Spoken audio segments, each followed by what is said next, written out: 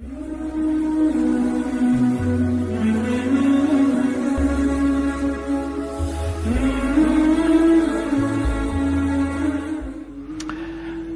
Music چھوڑ چکا تھا، سوچتا تھا کہ کیا کروں اب کیا کام کروں،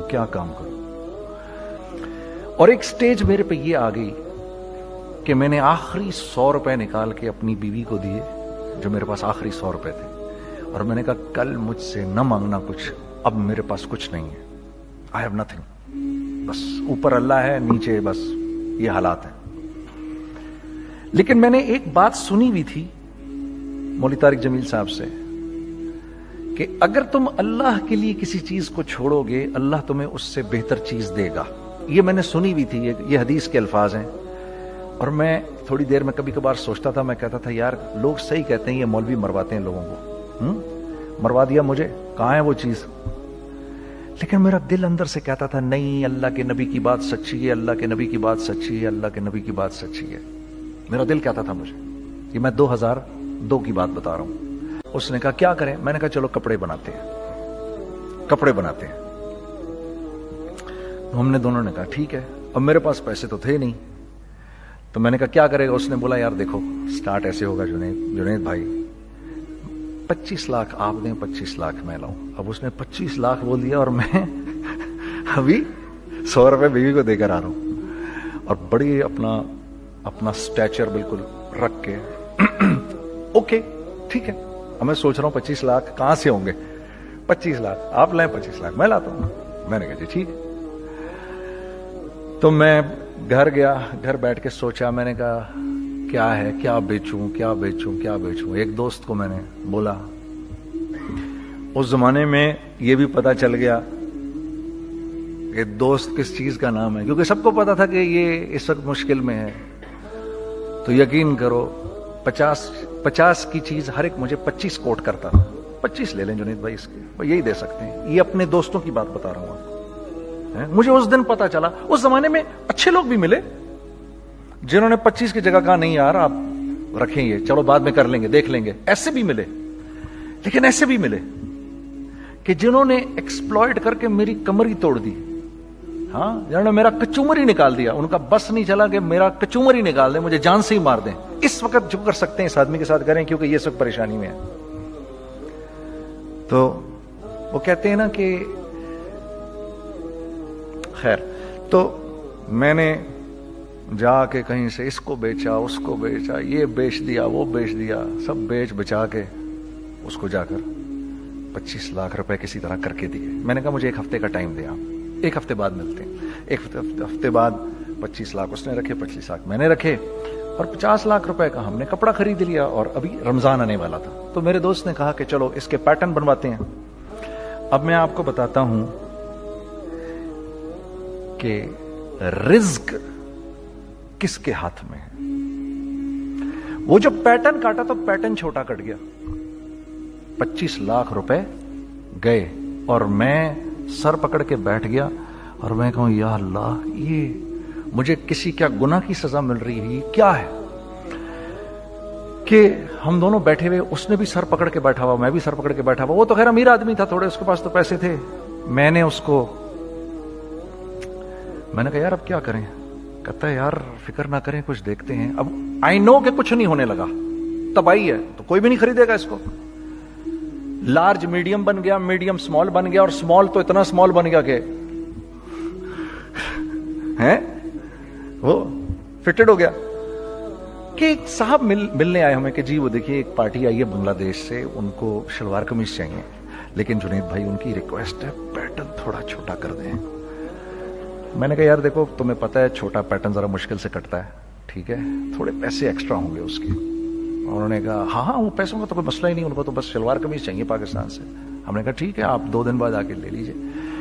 تو وہ جو چیز، اللہ معاف کرے آج جو آپ لوگوں سے شیئر کر رہا ہوں، جو چیز 500 روپے کی بیچنی تھی وہ 600 روپے کی بیچ دی، جو چیز پورے مہینے بیچنی تھی 2 دن میں بیچ باج کے، پورے رمضان جو بیچنا تھا سب بیچ باج کے بیٹھ گئے دونوں، کہ اب کیا کریں،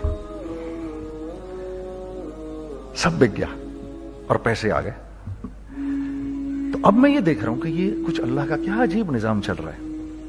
تو میں نے اس کو اپنے ساتھی سے کہا دیکھو تم نے میرے ساتھ آگے بھی کام کرنا ہے یا بس ایک یہی کام کرنا ہے؟ اس نے کہا میں نے آپ کے ساتھ آگے بھی کام کرنا ہے. میں نے کہا تو چلو پھر مفتی تقی عثمانی صاحب کے پاس، ان سے پوچھو ہم کام کریں تو کس طرح کریں.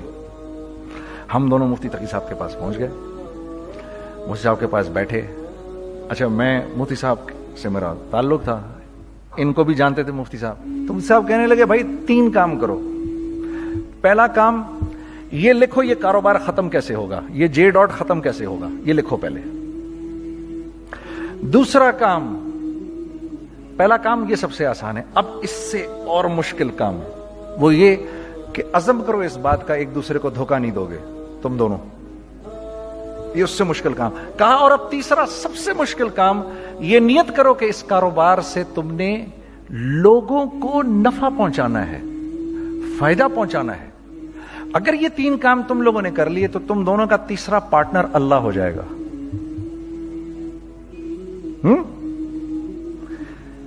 تو جس کا پارٹنر ہی اللہ ہو جائے اسے کاروبار کرنے کی کیا ضرورت ہے؟ اس کو تو آ کے ICMA کے اندر باتیں کرنی چاہیے دنیا جہان کی. میں نے یہ کر لیا، میں نے وہ کر لیا، میں نے فلاں کر لیا، میں نے ڈمکان کر لیا، حالانکہ کیا کرایا کچھ بھی نہیں. تو سب سے پہلا کام یہ کیا ہم نے. میں نے اس کو بولا قرآن پہ ہاتھ رکھ کے دیکھ، اللہ نے چاہا میں تجھے کبھی دھوکہ نہیں دوں گا. اس نے کہا اللہ نے چاہا میں بھی آپ کو کبھی دھوکہ نہیں دوں گا. یہ آج سے 15 سال پہلے کی بات ہے. پھر دن و رات بیٹھ کر ہم یہ سوچتے تھے کہ ہم لوگوں کو فائدہ کیسے پہنچائیں. ہم نے ایک کپڑا بنایا، وہ کپڑا کاٹن کا. سب سے پہلا کام جو ہم نے کیا وہ یہ کیا کہ یہ جو مرا ہوا ایک نظام تھا کھڑیوں کا، اس کو زندہ کیا، جس کی وجہ سے تقریباً 10,000 لوگوں کی جابز لگ گئیں. ایک ڈائنگ آرٹ تھا بالکل. وہ اورنگی ٹاؤن میں جا کر پکڑے ہم نے پرانے بابے، ان کو بلایا تم آؤ یہ کھڑیوں کا کپڑا بناؤ. یہ کھڑیوں کا کپڑا ایسا ہی ہے جیسے ہینڈ میڈ شو اور ہینڈ میڈ کلاتھ. ٹھیک ہے نا؟